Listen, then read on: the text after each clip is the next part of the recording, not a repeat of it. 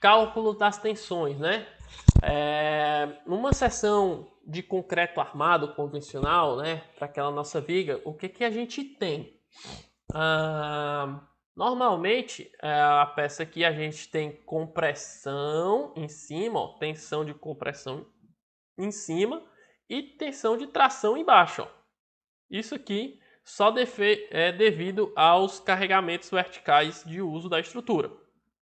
Quando eu aplico a protensão, ela vai, no caso da nossa parábola lá, né, que ela tem uma curvatura, então ela vai aplicar uma força normal de compressão, né, mais uma tensão de tração em cima e uma tensão de compressão embaixo, que seria contrário às tensões provocadas aqui, ó, pelas cargas gravitacionais.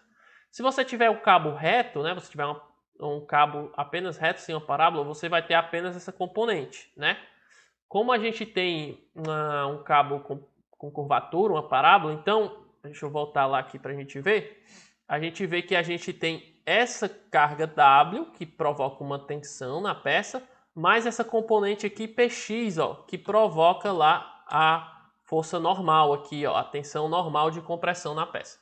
Então a gente soma essas três parcelas e no final a gente tem uma peça comprimida em cima, geralmente até mais comprimida aqui do que devido só às cargas permanentes, mas não tem problema, porque como a gente sabe, o concreto ele resiste bem à tração.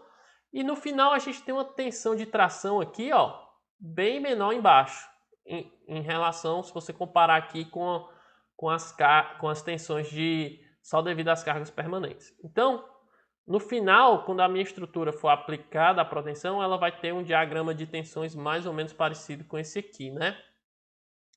Mas, como é que eu sei se essa tensão que eu cheguei aqui no final, que mais na frente a gente vai mostrar essas contas, como é que eu sei se essa tensão é aceitável ou não, né? Então, a nossa norma ela tem limites de tensão, tanto para compressão como para tração. Eu tenho que saber se após as minhas contas de tensões, eu tenho que saber se esse resultado aqui eu estou dentro da norma ou não, né? Se eu estou dentro dos limites de norma ou não. Então, a norma eu separei aqui para a gente dar uma olhada nas tensões máximas admissíveis, né? Então, a gente tem duas verificações a se fazer. No ato da protensão, né, que seria só após as perdas iniciais, que seria ali o estado inicial, né, logo após a aplicação da protensão. Por que é importante verificar isso aqui, para quem não conhece, né?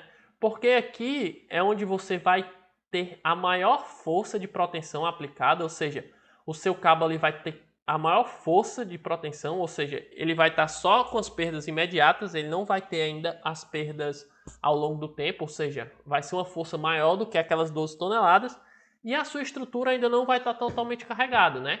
Ela vai estar ali, na maioria das vezes, só com peso próprio. Então, isso aqui por isso que é um ponto importante a se verificar, o ato da protensão.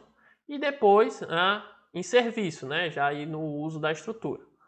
Então, para tração no ato da protensão, a gente tem aqui ó, o FCK de compressão, né? A tensão no ato da compressão.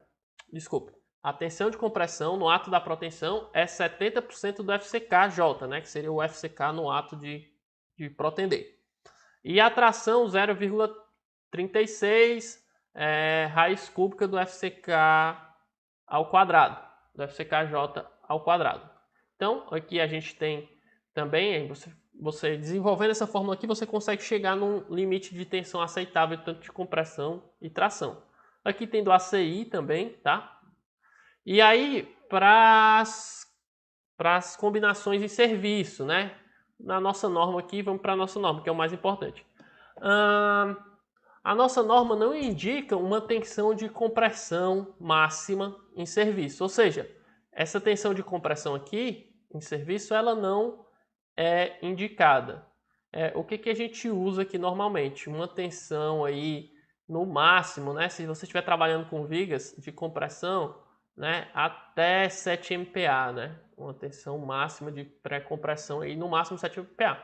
Embora a norma não indique, você se pode usar o ACI aqui também, ó, com certeza você vai estar dentro aí de uma segurança se você usar o ACI, que seria 60% do FCK, né? Você pode usar esse limite aqui também para se basear.